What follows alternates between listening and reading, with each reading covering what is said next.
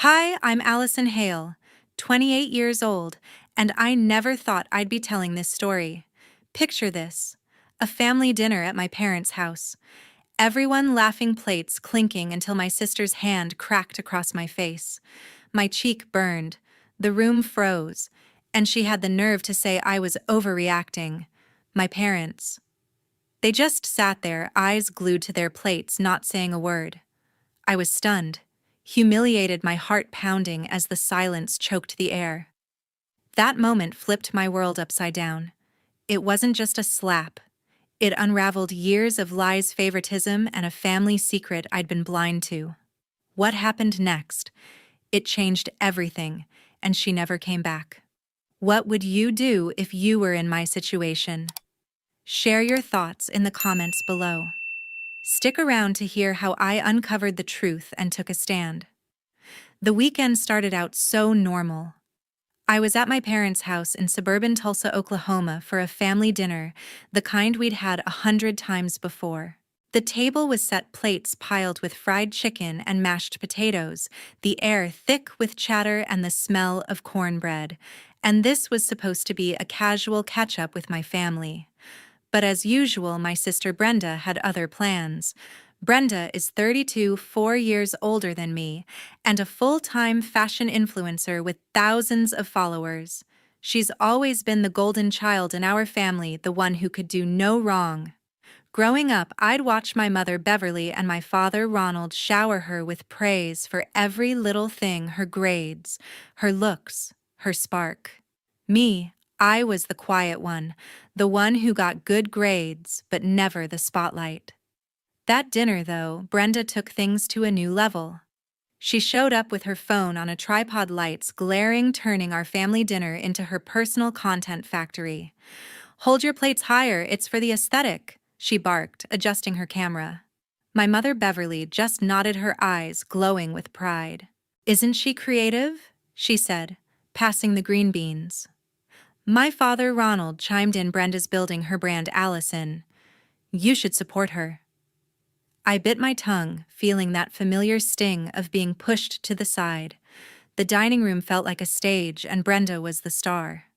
She directed us like actors: smile here, laugh there, tilt your head for the shot. My husband Owen, a military officer, sat next to me, his jaw tight. He's not one for drama, but I could tell he was annoyed. "This is a family dinner, not a photo shoot," he muttered under his breath. I squeezed his hand, hoping to keep the peace. Brenda's followers were her world, and she'd built this perfect online image: polished, glamorous, always in control.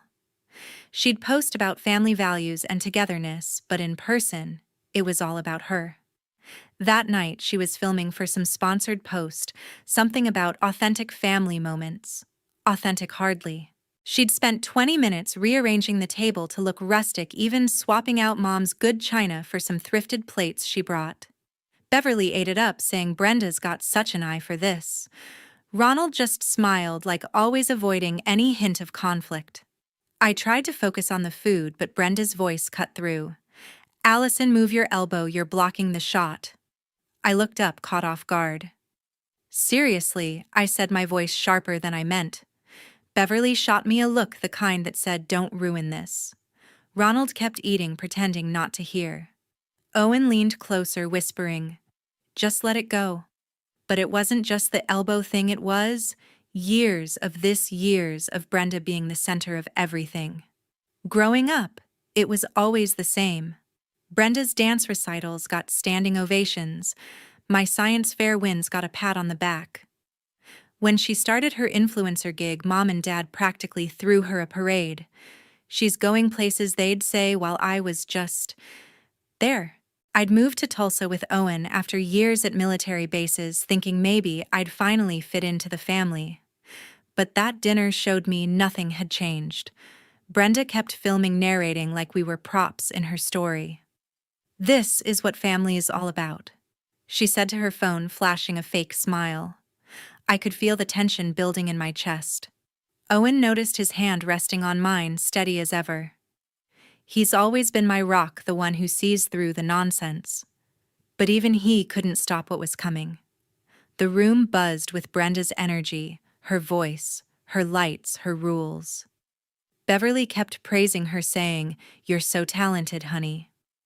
Ronald nodded along as if Brenda was curing world hunger instead of filming a dinner. I felt like I was disappearing, my place at the table shrinking with every second. I didn't know it then, but that night was about to crack open everything I thought I knew about my family. By the time dessert came out, Mom's peach cobbler, which Brenda insisted on styling for a photo, I was done playing along. I wanted to say something, anything to make it stop. But I held back, not wanting to start a fight. Owen gave me a look, the kind that said he'd back me up no matter what. I took a deep breath, thinking maybe I could get through this. But Brenda wasn't done pushing, and I wasn't ready for how far she'd go. I couldn't stay silent anymore. I'd had enough of Brenda turning our family dinner into her personal stage. "Brenda, can you stop filming for 1 second?" I said, my voice sharp but steady. The table went quiet. Brenda's eyes narrowed, her perfectly glossed lips curling into a smirk. "Oh, come on, Alison. Don't be so dramatic," she said, waving her hand like I was a child throwing a tantrum. Beverly piped up, "Honey, let Brenda do her thing." Ronald nodded, still focused on his plate. I felt my face flush, the years of being sidelined bubbling up. "This isn't your content factory," I shot back, standing up.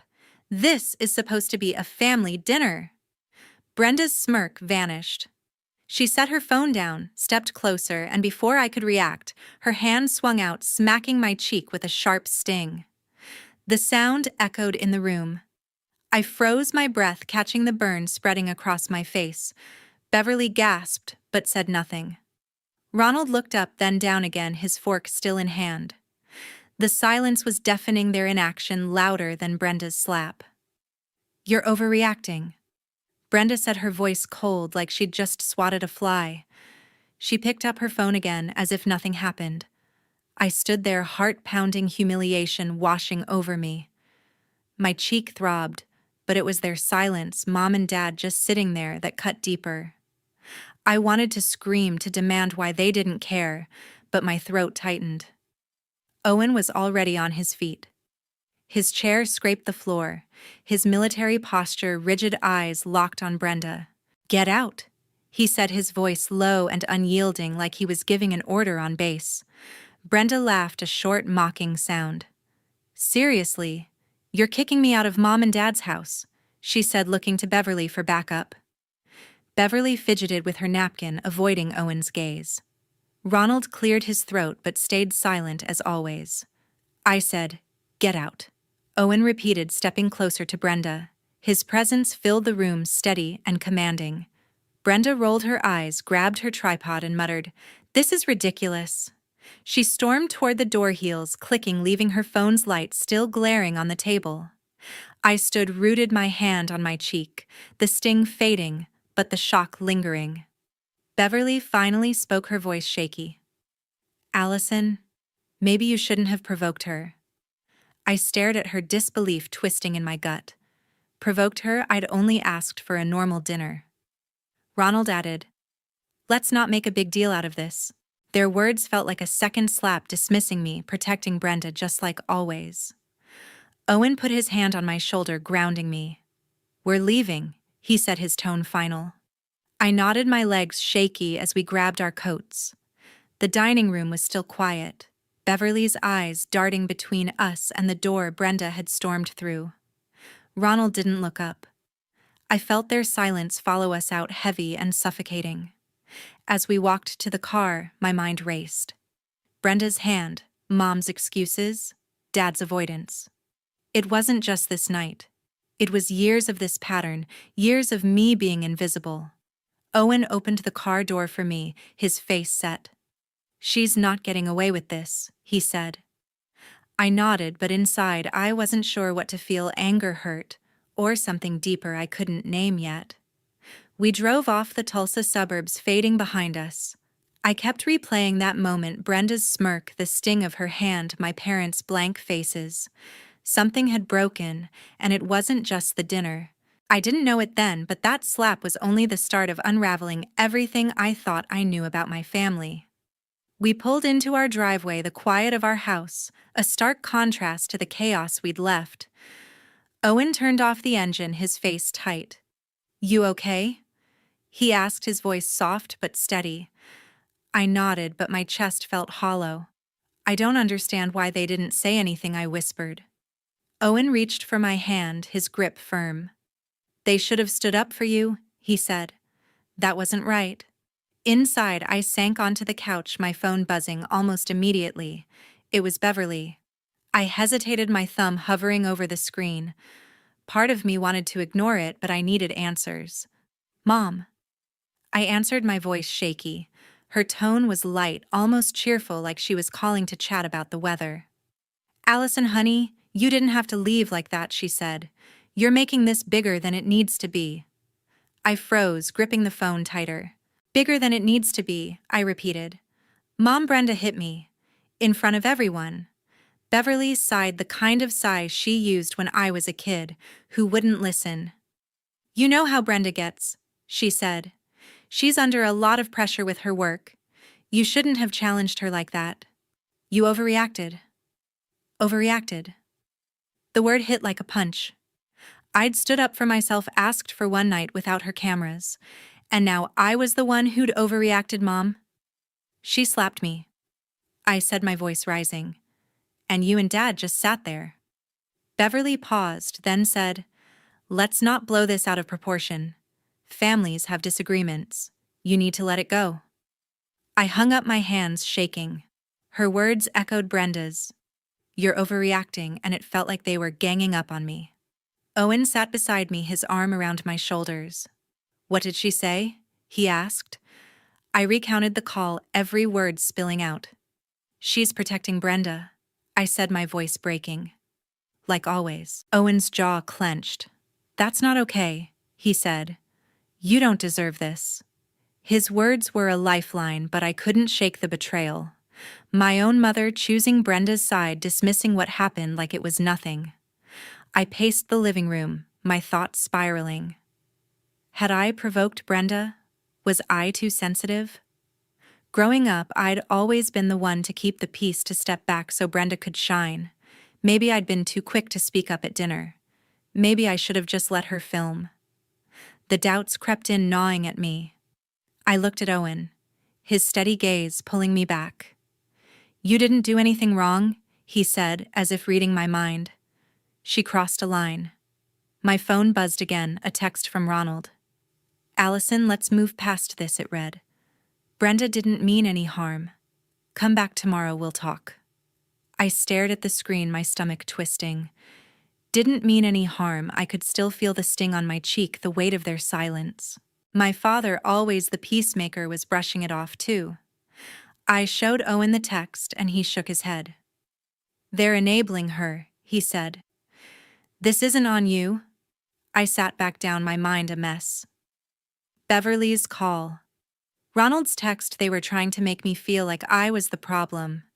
I'd spent years swallowing my feelings, letting Brenda take center stage, but this felt different.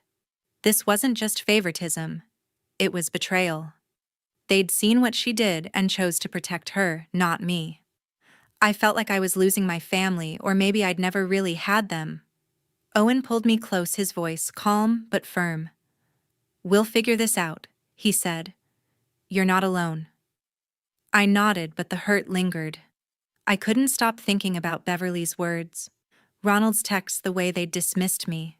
It made me question everything, my place in the family, my own judgment.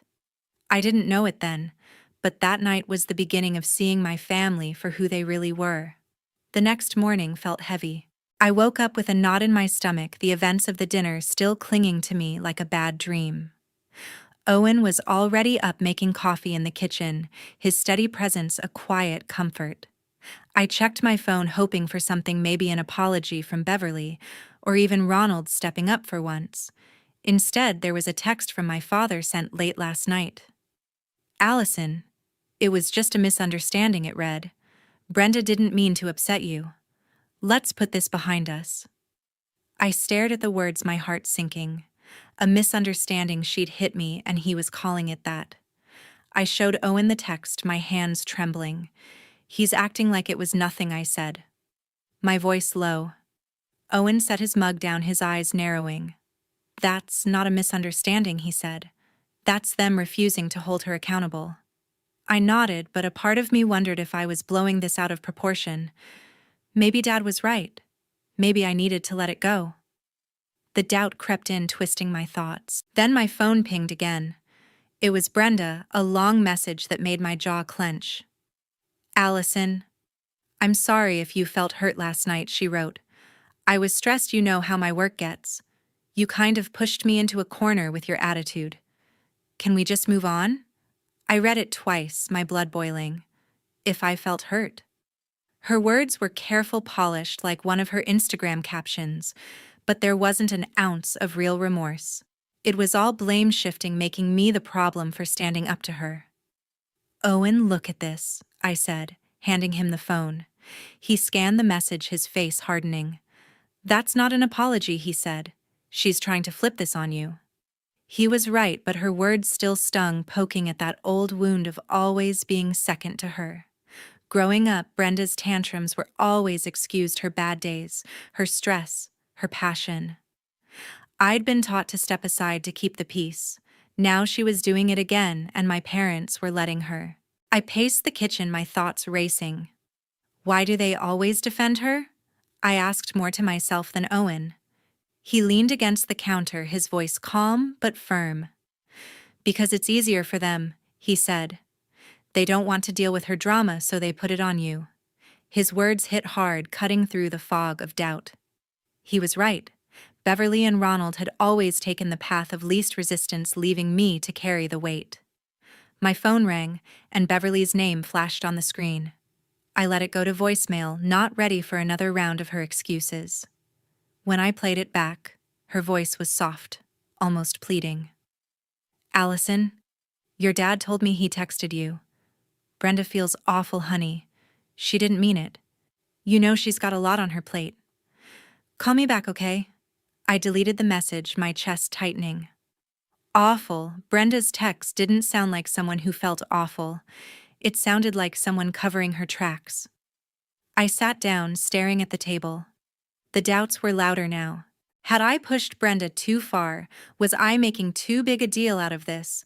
I'd spent my whole life trying to fit into my family, to be the good daughter, the one who didn't cause trouble. Maybe I'd been too quick to call her out at dinner. Maybe I should have just stayed quiet. Owen sat across from me, his eyes steady. Don't let them do this to you, he said. You're not the one who messed up. She is. His words pulled me back like a lifeline. I took a deep breath, trying to hold on to that clarity. But it wasn't easy. Beverly's voicemail, Ronald's text, Brenda's fake apology. They were all working together, making me question my own feelings. It felt like they were trying to rewrite what happened to make me doubt what I knew was true. I didn't want to believe my family could do this, but the evidence was right there in my phone. Owen reached for my hand, his grip strong. You're stronger than this, he said. We'll get through it together. I nodded, but the weight of their words lingered. I didn't know it then, but their attempts to twist the truth were just the beginning of something much bigger.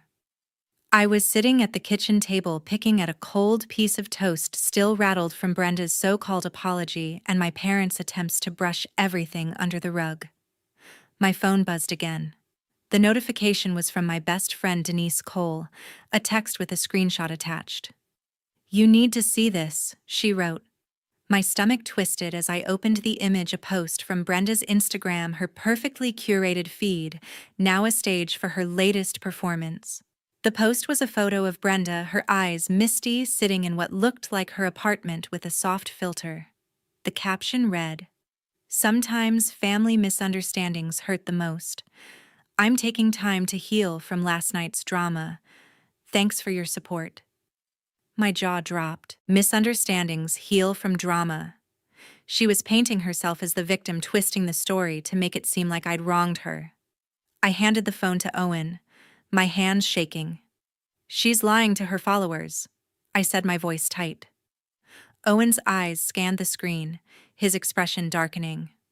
She's playing the martyr, he said, tossing the phone onto the table. This is what she does.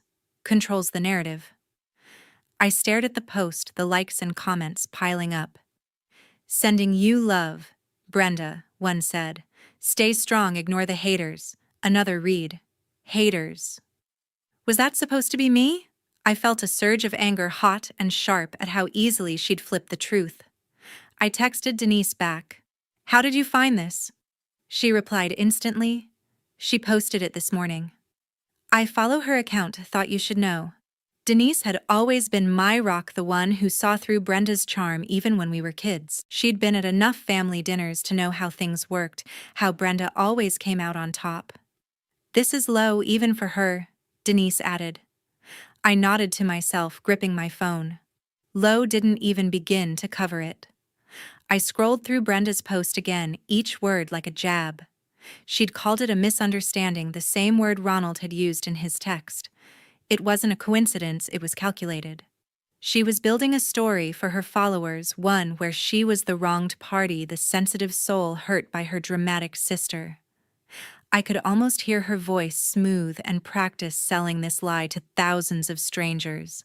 My chest tightened, the betrayal cutting deeper than before. Owen, she's making it sound like I attacked her, I said, my voice rising. He leaned forward, his hands clasped. She's trying to save face, he said. Her brand's all about being perfect. She can't admit she messed up. He was right, but it didn't make it hurt less. Brenda's whole life was a performance, and now she was dragging me into it, turning our family mess into her next viral moment. I clicked on the comments, unable to stop myself. You don't deserve this, Brenda, one follower wrote. Another said, family can be so toxic. Toxic, I wanted to scream. I was the one who'd been hit, the one whose parents did nothing. Yet here she was, spinning it to make me the villain. I threw my phone down, my hands trembling with frustration. How does she get away with this? I asked Owen. He shook his head. She won't, he said, his voice steady. Not if we don't let her. Denise called, then her voice sharp with indignation. Alison? This is ridiculous, she said. She's out here playing the victim while you're dealing with the fallout. You can't let her rewrite this. I paced the kitchen, my mind racing. What am I supposed to do? I asked. Call her out online. That's her game, not mine. Denise paused, then said, You don't have to play her game, but you need to do something. She's not just lying to her followers, she's lying to everyone. I hung up, my thoughts spinning. Denise was right. I couldn't just sit here while Brenda twisted the truth, but confronting her online felt wrong, like stepping into her world of filters and hashtags. I looked at Owen, who was watching me closely. What do you think? I asked. He leaned back, his military calm kicking in. You don't need to go public yet, he said. But you need to call her out to her face. She can't hide from that. I nodded, but the idea of facing Brenda made my stomach churn. She'd always had a way of turning things around, making me feel small. I could already imagine her brushing me off, saying I was overreacting again. But Denise's screenshot was burning a hole in my mind, and Owen's steady gaze gave me a spark of courage. I didn't know it then, but seeing that post was the push I needed to stop letting Brenda control the story. That afternoon, I drove to meet my cousin Faye Klein at a coffee shop in downtown Tulsa. Faye had always been the blunt one in the family, the one who didn't sugarcoat things. If anyone knew more about Brenda's past, it was her. The coffee shop was quiet, the smell of roasted beans cutting through the tension in my chest. Faye was already there, her dark hair pulled back, sipping a latte. Hey, Alison, she said, her eyes narrowing as I sat down. You look like you haven't slept. I managed a weak smile, then spilled everything: Brenda's slap, my parents' dismissal, her fake apology, and the Instagram post Denise had sent me. Faye leaned back, her face grim. That sounds like Brenda, she said, her voice low. What do you mean? I asked, my heart picking up. Faye set her cup down, glancing around like she was making sure no one could hear.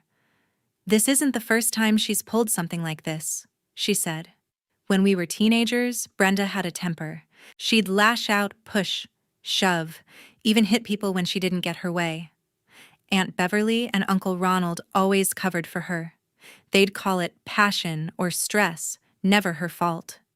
I stared at her, my stomach churning. Hit people. I said, my voice barely above a whisper. Faye nodded. Yeah. Once at a family barbecue, she shoved our cousin Paula into a table because Paula spilled soda on her dress. Everyone saw it, but Beverly said it was an accident. Ronald changed the subject. They made excuses, and Brenda got away with it. I gripped my coffee cup, the heat burning my fingers. I'd been too young to remember that barbecue clearly, but the story felt like a puzzle piece snapping into place. Why didn't anyone tell me? I asked. Faye shrugged, her expression bitter. They didn't want to ruin her image. Brenda was always their star, perfect grades, perfect smile. They couldn't let her look bad. Her words hit hard, echoing the favoritism I'd felt my whole life. But this was different. This wasn't just Brenda being the golden child. It was a pattern of behavior hidden by my parents to protect her. I drove home, my mind racing. Owen was in the living room reading a book, but he set it down when he saw my face. What happened? He asked. I told him everything Faye had said. Brenda's past outbursts, my parents' cover-ups. His jaw tightened. They've been enabling her for years, he said. No wonder she thinks she can do whatever she wants. I nodded, but I wasn't just angry, I was determined. Brenda's lies weren't just about that night. They were part of something bigger, and I needed proof. I called Denise, my best friend, to see if she knew anything else. Faye's right, Denise said over the phone. I remember Brenda losing it at a school dance once, screaming at a girl who bumped into her. Your parents showed up, smoothed it over with the teachers, and it was like it never happened. I felt a chill. How had I missed this? Had I been so used to Brenda's spotlight that I didn't see what was behind it? I started digging. I texted Paula, our cousin, asking about the barbecue Faye mentioned. Her reply came quickly. Yeah. Brenda pushed me hard. I was 12. Your mom told me not to make a big deal out of it. I sat back, my heart pounding. Paula's words were another thread in the pattern. I asked if she had any old photos or videos from that day, something to back it up. She promised to look through her parents' old albums and let me know. Next, I checked Brenda's old social media posts, scrolling back years. There wasn't much. She'd curated her image carefully, but I found a few vague captions from high school, things like learning to rise above negativity with heart emojis. They felt like echoes of her recent post, a way to spin her outbursts into something noble. I saved screenshots, my fingers trembling with purpose. If I was going to confront Brenda, I needed more than memories. I needed evidence. Owen watched me, his eyes steady. You're building a case, he said, a hint of pride in his voice. Just be careful. She's not going to like this. I nodded, but I wasn't backing down. Faye's story, Paula's confirmation, Denise's memory, they were pieces of a truth my family had buried. I didn't know it then, but gathering those pieces was the first step toward taking back my voice. The doorbell rang. I froze, my coffee mug halfway to my lips, the weight of the past few days still heavy on my shoulders. Owen glanced at me from the couch, his book set aside. You expecting anyone? He asked, his voice low. I shook my head, my pulse quickening. I walked to the door, peering through the peephole. Brenda stood there, her arms crossed, sunglasses perched on her head like she was ready for a photo shoot. My stomach knotted, but I opened the door. Brenda, I said, my voice flat. She didn't smile, just stepped inside without waiting for an invitation. We need to talk, she said, her tone sharp, like she was the one owed an explanation. Owen stood, his presence steady but tense, and I noticed him slip his phone into his pocket. I didn't know it then, but he'd already pressed record. She sat on the edge of our armchair, her posture stiff. Look, Alison, I came to clear the air, she said, flipping her hair back. That night got out of hand. Okay? I didn't mean for things to escalate. I stared at her, waiting for something resembling remorse. Instead, her eyes were hard, her lips pursed. You slapped me, I said, keeping my voice steady. In front of Mom and Dad. That's not just escalating. Brenda sighed like I was exhausting her. I was under a lot of pressure, she said. My content schedule's insane, and you calling me out in front of everyone didn't help. I snapped, okay, it happens. My jaw tightened. Snapped. That was her excuse. I leaned forward, my hands gripping the armrests of my chair. You hit me because of your content. I asked, disbelief lacing my words. That's your reason. She shrugged, unapologetic. You don't get it, she said. My brand is everything. One bad day can ruin months of work. I'm not saying it was right, but you pushed me into a corner. Her words were like a slap all over again, casual and dismissive as if my pain was just collateral damage for her image. I glanced at Owen, his face unreadable, but his eyes locked on Brenda, his phone still in his pocket. You posted about it online? I said, my voice rising. Called it a misunderstanding, made yourself the victim. You didn't even apologize properly. Brenda's eyes narrowed. I said I was sorry, she snapped. What more do you want? You're blowing this way out of proportion, Alison. Always so dramatic. I felt a surge of anger, hot and sharp, at how easily she turned it around, making me the problem. Owen stepped closer, his voice calm but firm. You don't get to decide how she feels about this, he said. You crossed a line, Brenda, and you're not even owning it. Brenda rolled her eyes, standing up. Oh, please, Owen, she said. This isn't your fight. Stay out of it. He didn't flinch, just crossed his arms. It's my fight when you hurt my wife. He said, his tone unyielding. I took a deep breath, the stories from Faye and Denise flashing through my mind. This isn't the first time, is it? I said, staring at Brenda. Faye told me about the barbecue, how you shoved Paula. Denise mentioned the school dance. You've done this before, and Mom and Dad always covered for you. Brenda's face froze for a split second, then she laughed, a sharp, mocking sound. You're digging up ancient history now, she said. That's pathetic, Alison. It's not pathetic, I shot back. It's a pattern. You lash out, they protect you, and I'm left picking up the pieces. Brenda's smile faded, her eyes cold. You're just jealous, she said. Always have been. I work hard for what I have, and you can't handle it. Her words stung, but they didn't shake me. Not this time. I'd heard enough, seen enough to know she was deflecting. Owen's hand rested on my shoulder, grounding me. We're done here, he said to Brenda. You need to leave. She grabbed her purse, her heels clicking as she headed for the door. You're making a mistake, she said, turning back to me. Keep pushing this, and you'll regret it. The door slammed behind her, the sound echoing in the quiet house. I sank onto the couch, my heart racing. Owen pulled his phone out, stopping the recording. Got it all. He said, his voice steady. I looked at him, relief mixing with the anger still burning in my chest. A letter arrived. It was late morning, and I was sorting through the mail when I saw the crisp envelope with Brenda's name on the return address. My hands shook as I opened it, revealing a typed letter from her lawyer accusing me of defamation.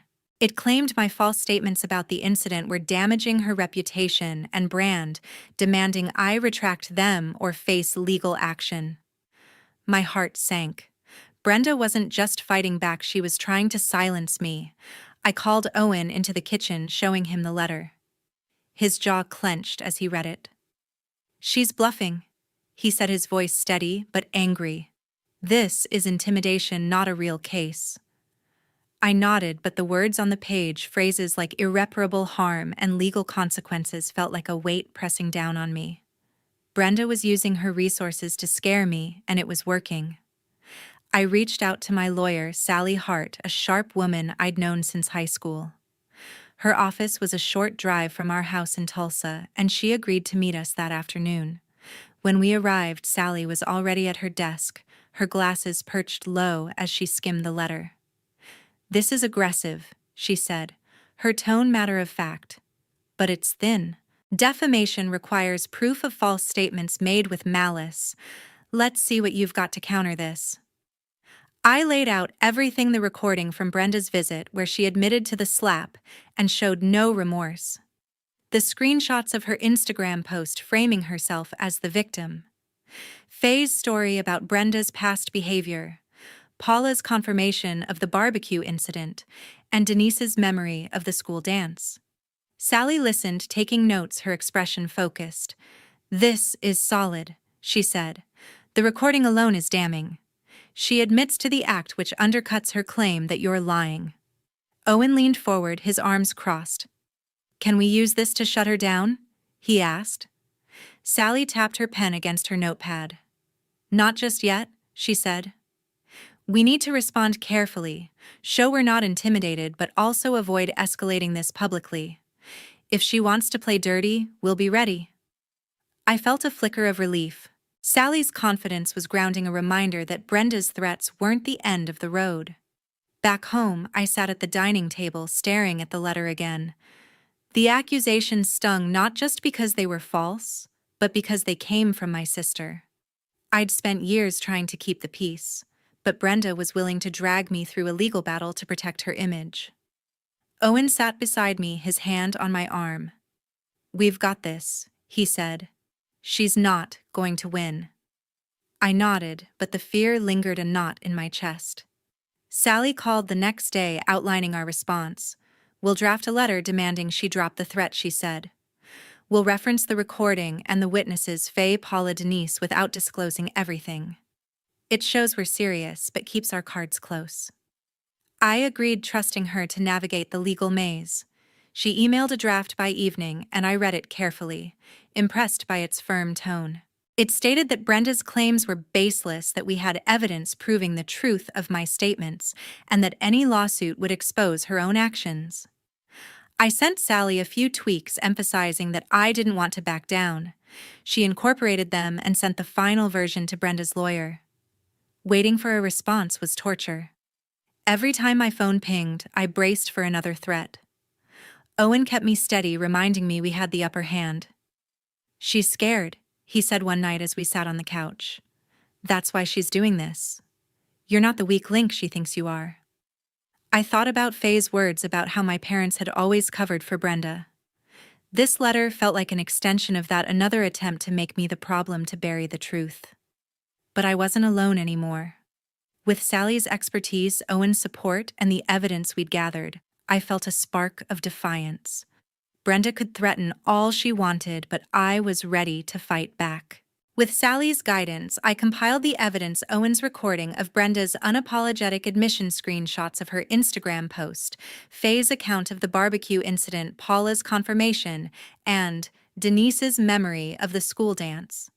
I drafted an email to Brenda's management company, a big-name agency that handled her sponsorships. My hands trembled as I attached the files, but I hit send, knowing there was no turning back. I called Denise and Paula to our house that evening, needing their support before the fallout hit. Denise arrived first, her eyes blazing with determination. "You did the right thing," she said, hugging me tightly.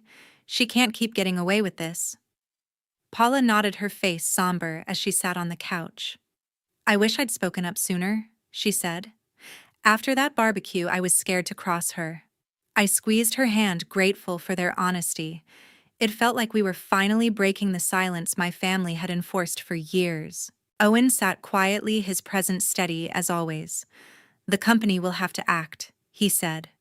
"They can't ignore this kind of evidence." I hoped he was right, but the wait was agonizing. I kept checking my email, expecting a response, but nothing came that night.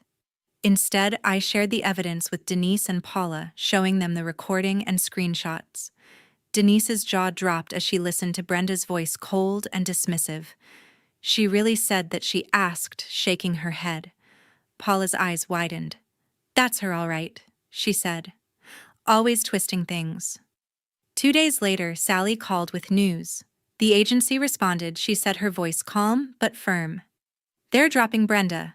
They said her actions violate their conduct policy and they're cutting ties to protect their brand."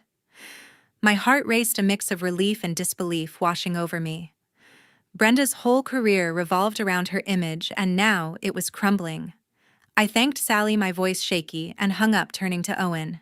They canceled her contract, I said, still processing it. He smiled a rare, proud grin. Good, he said. She brought this on herself. Word spread fast. Denise texted me the next morning saying Brenda's latest Instagram post, a vague rant about betrayal, was flooded with comments calling her out. Some followers had seen the agency's announcement, a curt statement about parting ways with Brenda due to recent developments. Paula called later, her voice hesitant. People are talking, she said. Cousins, aunts, even mom and dad, they're all distancing themselves from her. I leaned back in my chair, the weight of her words sinking in. Brenda, the family's golden child, was finally facing consequences. I checked Brenda's social media myself, unable to resist. Her follower count was dropping, and her usual flood of supportive comments had slowed to a trickle. A few loyal fans stuck by her, but others were blunt. You can't treat people like that. One wrote, "Own up to your mistakes," said another. I felt a pang of guilt, wondering if I'd gone too far. But then I remembered her words, her threats, her refusal to take responsibility. This wasn't about revenge, it was about truth. Denise came over that afternoon, bringing coffee and her usual blunt honesty. She's losing it, she said, scrolling through her phone. Her sponsors are pulling out, and she's posting cryptic nonsense to save face. I nodded, sipping my coffee, my mind still spinning. Brenda's world was falling apart, and while part of me felt vindicated, another part ached for the sister I'd once looked up to. Do you think she'll ever admit she was wrong? I asked. Denise snorted. Not a chance, she said. But she's out of moves now. Paula texted me later saying she'd spoken to Faye. Faye's telling everyone what Brenda did, she wrote. No one's defending her anymore. I stared at the message, a strange mix of satisfaction and sadness settling in. My parents hadn't reached out, their silence louder than ever. I wondered if they were ashamed or if they still believed Brenda could do no wrong. Either way, their absence stung, a reminder of how deep their favoritism ran. Owen and I sat down that night, talking through what came next. You did what you had to, he said, his hand resting on mine. She tried to bury you, but you stood your ground. His words were a lifeline, pulling me back from the doubt creeping in. I hadn't just fought for myself, I'd fought for the truth, for Paula, for everyone Brenda had hurt and dismissed. Owen and I sat down one evening, the quiet of our Tulsa home, heavy with the weight of what came next. We agreed it was time to cut ties with the Hale family, not just Brenda, but mom and dad too. Their refusal to acknowledge the truth, even after everything was a betrayal, I couldn't forgive. I drafted a letter to my parents, my hand steady despite the ache in my chest. I need space. I wrote, keeping it simple but firm. Your silence has hurt me more than Brenda's actions ever could. Owen read it over, his eyes soft but resolute. It's clear, he said. They'll understand or they won't. Either way, you're doing what's right for us. I mailed it the next day, feeling a strange mix of relief and loss as it left my hands. The days that followed were quiet but not empty. I reached out to my mentor, Captain Martin Stone, a retired firefighter who'd guided me through tough times since I joined the department. Martin had a way of cutting through noise with plain wisdom. I met him at a diner near the station, the smell of fried eggs and coffee grounding me. You've done the hard part, he said, his voice gravelly but warm. Standing up to family takes guts. Now you build what's yours. His words stuck with me. Owen and I started focusing on our life together, free from the Hale family's shadow. We planned a trip to the Ozarks, something we'd always talked about but never done. The idea of hiking trails and quiet nights felt like a fresh start, a way to reclaim our time. Denise and Paula became our anchors, checking in with calls and visits. Denise brought her usual humor, joking about starting a book club to keep us busy. Paula shared stories of her own family struggles, reminding me I wasn't alone in setting boundaries. I thought about Brenda often, not with anger, but with a kind of distant sadness. Her social media had gone silent, her once vibrant posts replaced by a blank profile. Part of me wondered if she'd ever reflect on what happened, but I knew that wasn't my burden to carry. My parents never responded to my letter, their silence a final confirmation of where I stood. It hurt, but it also freed me. I didn't need their approval anymore. Martin invited us to a barbecue at his place, a small gathering with other firefighters and their families. The warmth of their laughter, the clink of bottles, and the smell of grilled burgers felt like a new kind of family, one built on respect, not obligation. Owen fit right in, swapping stories with Martin's crew. I watched him, my heart full, knowing we were carving out something real. One night, as Owen and I sat on our porch, the stars bright above Tulsa, I reflected on what I'd learned. Protecting myself meant more than fighting back. It meant choosing who I let into my life. Setting boundaries wasn't selfish. It was survival. Brenda's actions, my parents' inaction, had taught me that tolerating harm only invites more. I'd spent years trying to fit into their mold, but now I was done. I had Owen, Martin, Denise, Paula, people who saw me not the role I was supposed to play. I leaned against Owen, his arm around me. "We're okay," he said, his voice steady. I nodded, feeling the truth of it. We weren't just okay. We were stronger. I didn't know it then, but letting go of the Hale family was the start of building a life that was truly mine.